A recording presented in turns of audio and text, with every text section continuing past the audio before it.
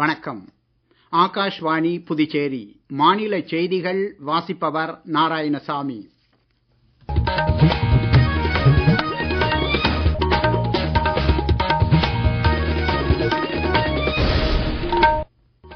தலைப்புச் செய்திகள். குடியரசுத் தலைவர் திருமதி திரௌபதி முர்மு இன்று புதுடில்லியில் 2024ஆம் ஆண்டிற்கான தேசிய விளையாட்டு விருதுகளை வழங்கி சிறப்பித்தார். இந்தியாவின் மோட்டார் வாகன உற்பத்தி துறை முன் எப்போதும் இல்லாத அளவில் புரட்சிகரமான மாற்றங்களை கண்டு வருவதாக பிரதமர் திரு நரேந்திர மோடி கூறியுள்ளார்.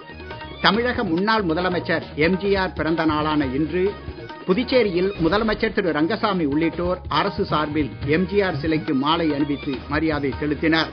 காரைக்காலில் இன்று நடைபெற்ற சர்வதேச மாற்றுத்திறனாளிகள் தின விழாவை அமைச்சர்கள் திரு ஜெயக்குமார், திரு PRN திருமுருகன் ஆகியோர் தொடக்கி வைத்தனர்.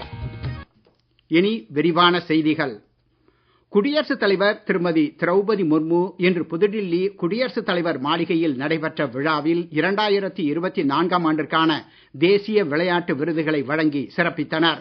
உலக சதுரங்க சாம்பியன் குகேஷ், பாரிஸ் ஒலிம்பிக் போட்டிகளில் இரட்டை பதக்கம் வென்ற மனு பாக்கர், ஆடவர் hockey captain Harmanpreet Singh, Paris para Olympic போட்டிகளில் தங்கப்பதக்கம் வென்ற பிரவீன் குமார் ஆகியோருக்கு கௌரவம் வாய்ந்த மேஜர் தியான்சந்த் கேல் ரத்னா விருது வழங்கப்பட்டது.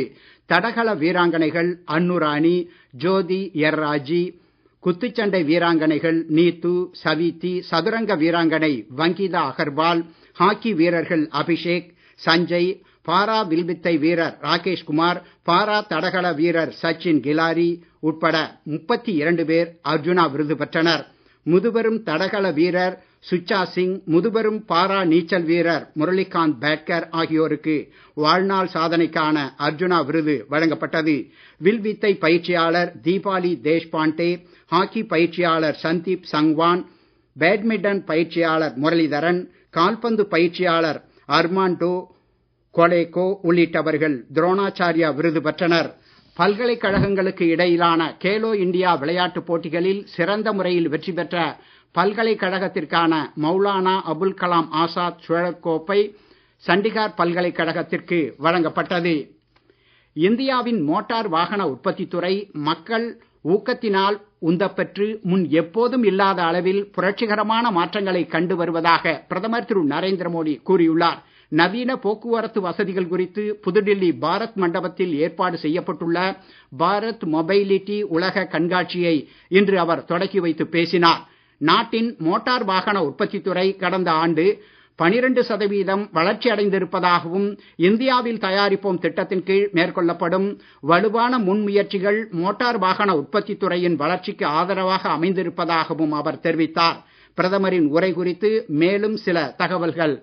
நாட்டில் போக்குவரத்து செயல்பாடுகளை எளிமையாக்குவதே இன்றைய அரசின் முக்கிய முன்னுரிமை என்று பிரதமர் திரு நரேந்திர மோடி கூறினார். கடந்த சில ஆண்டுகளில் மின்சார வாகனங்களின் பயன்பாடு துரித வளர்ச்சி கண்டுள்ளதாகவும் மின்சார வாகனங்களின் விற்பனை கடந்த 10 ஆண்டுகளில் 640 மடங்கு அதிகரித்து இருப்பதாகவும் அவர் தெரிவித்தார். தேசிய அளவிலான அரசின் புதிய போக்குவரத்து கொள்கையினால் சரக்கு போக்குவரத்து துறையில் உலகிலேயே போட்டித்திறன் அதிகமுள்ள நாடாக இந்தியா மேம்படும் என்றும் அவர் கூறினார். பசுமை தொழில்நுட்பம், மின்சார வாகனம், ஹைட்ரஜன் எரிபொருள் மற்றும் உயிரி எரிபொருள் உற்பத்தியிலும் பயன்பாட்டிலும் அரசு முக்கிய கவனம் செலுத்தி வருவதாக அவர் தெரிவித்தார். மத்திய அரசின் உற்பத்தி திறனுடன் இணைந்த ஊக்கத்தொகை திட்டத்தினால் மோட்டார் வாகன உற்பத்தி துறையில் 1.5 லட்சத்திற்கும் அதிகமான நேரடி வேலை வாய்ப்புகள் உருவாகி உள்ளதாக பிரதமர் தெரிவித்தார். கடந்த 4 ஆண்டுகளில் மட்டும் $36 பில்லியன் நேரடி அந்நிய முதலீடுகளை மோட்டார் வாகன உற்பத்தி துறை ஈர்த்து இருப்பதாக அவர் கூறினார். கடந்த ஆண்டு பாரத் மொபைலிட்டி உலக கண்காட்சியில் 800க்கும் மேற்பட்ட நிறுவனங்கள் பங்கேற்றதாகவும் சுமார் 1.5 லட்சம் பேர் கண்காட்சியை பார்வையிட்டதாகவும் பிரதமர் தெரிவித்தார். இம்முறை இந்த 6 நாள் கண்காட்சியில் பல்வேறு விரிவாக்க அம்சங்கள் சேர்க்கப்பட்டுள்ளதாகவும் அவர் கூறினார். தொடர்ந்து மோட்டார் வாகன உற்பத்தி துறையின் முன்னேற்றங்கள் மற்றும் புதுமை படைப்புகள் தொடர்பான பல்வேறு அரங்குகளை பிரதமர் பார்வையிட்டார். மத்திய தொழில் வர்த்தக அமைச்சர் திரு பியூஷ் கோயல், கனரக தொழில்துறை அமைச்சர் திரு HD குமாரசாமி உள்ளிட்டோர் கண்காட்சியின் தொடக்க விழாவில் கலந்து கொண்டனர். மத்திய உள்துறை அமைச்சர் திரு அமித்ஷா இன்று புதுடில்லியில் மத்திய பிரதேஷ் முதலமைச்சர் திரு மோகன் யாதவ் தலைமையிலான பிரதிநிதி குழுவினரை சந்தித்து மாநிலத்தில் 3 புதிய குற்றவியல் சட்டங்களின் அமலாக்க நிலவரங்களை மறு ஆய்வு செய்தார். மத்திய உள்துறை செயலர் திரு கோவிந்த மோகன் மற்றும் மூத்த அதிகாரிகள் இக்கூட்டத்தில் கலந்து கொண்டனர். நீங்கள் கேட்டுக்கொண்டிருப்பது மாநில செய்திகள்.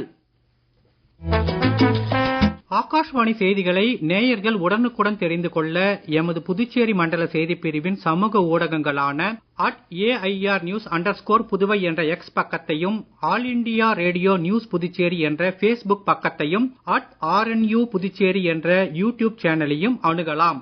எமது டெல்லி ஆகாஷ்வாணி செய்திப் பிரிவின் NSD சமூக ஊடகங்களான @AIRnews alerts என்ற எக்ஸ் பக்கத்தையும், ஆல் இண்டியா ரேடியோ நியூஸ் என்ற ஃபேஸ்புக் பக்கத்தையும், AIR நியூஸ் அலர்ட்ஸ் என்ற இன்ஸ்டாகிராம் தளத்தையும், news on air official YouTube சேனலையும், நியூஸ் ஆன் ஏர் செயலி மற்றும் இணையதளத்தையும் அணுகலாம்.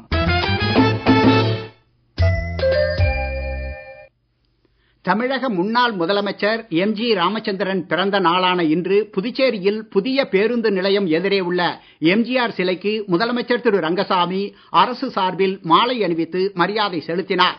துணை சபாநாயகர் திரு ராஜவேலு, அமைச்சர் திரு சாய் சரவணன்குமார், சட்டமன்ற உறுப்பினர்கள் திரு நேரு என்கிற குப்புசாமி, திரு AKD ஆறுமுகம் ஆகியோரும் MGR சிலைக்கு மாலை அணிவித்து மரியாதை செலுத்தினர்.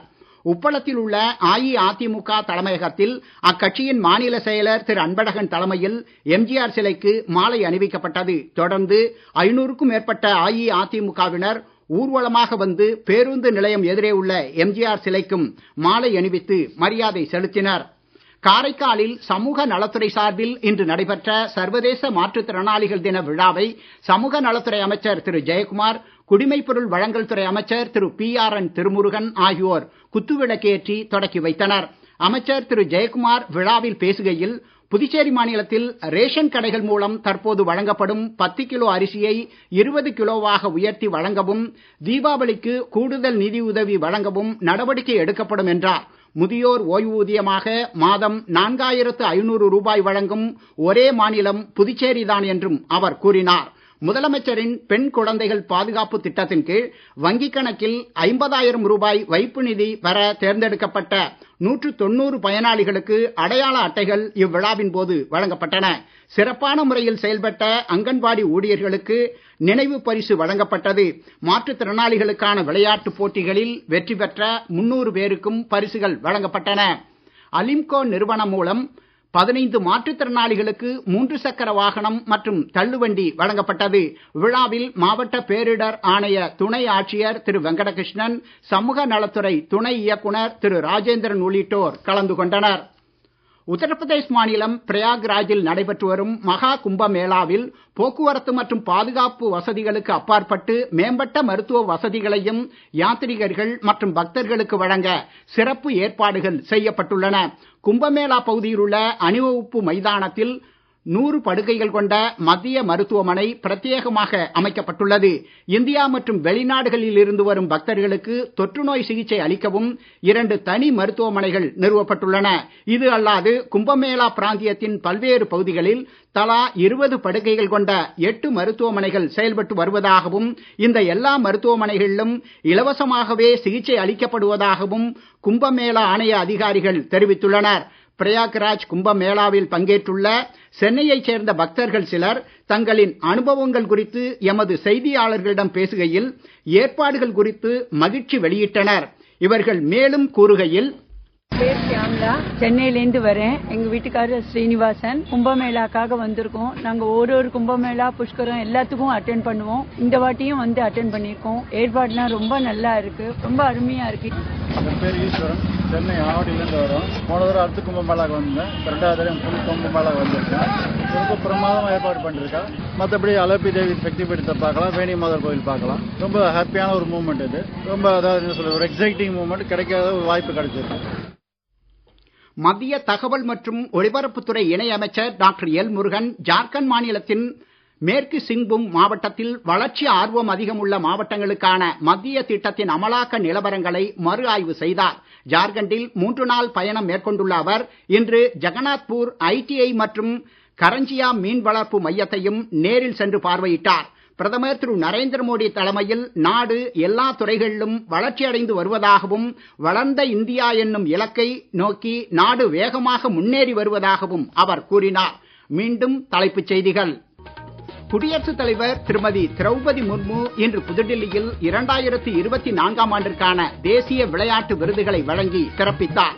இந்தியாவின் மோட்டார் வாகன உற்பத்தித் துறை முன் எப்போதும் இல்லாத அளவில் புரட்சிகரமான மாற்றங்களை கண்டு வருவதாக பிரதமர் திரு நரேந்திர மோடி கூறியுள்ளார். தமிழக முன்னாள் முதலமைச்சர் எம்ஜிஆர் பிறந்த நாளான இன்று புதுச்சேரியில் முதலமைச்சர் திரு ரங்கசாமி உள்ளிட்டோர் அரசு சார்பில் எம்ஜிஆர் சிலைக்கு மாலை அணிவித்து மரியாதை செலுத்தினர். காரைக்காலில் இன்று நடைபெற்ற சர்வதேச மாற்றுத்திறனாளிகள் தின விழாவை அமைச்சர்கள் திரு ஜெயக்குமார், திரு PRN திருமுருகன் ஆகியோர் தொடக்கி வைத்தனர். இத்துடன் இந்த செய்தி அறிக்கை நிறைவு பெறுகிறது. வணக்கம்.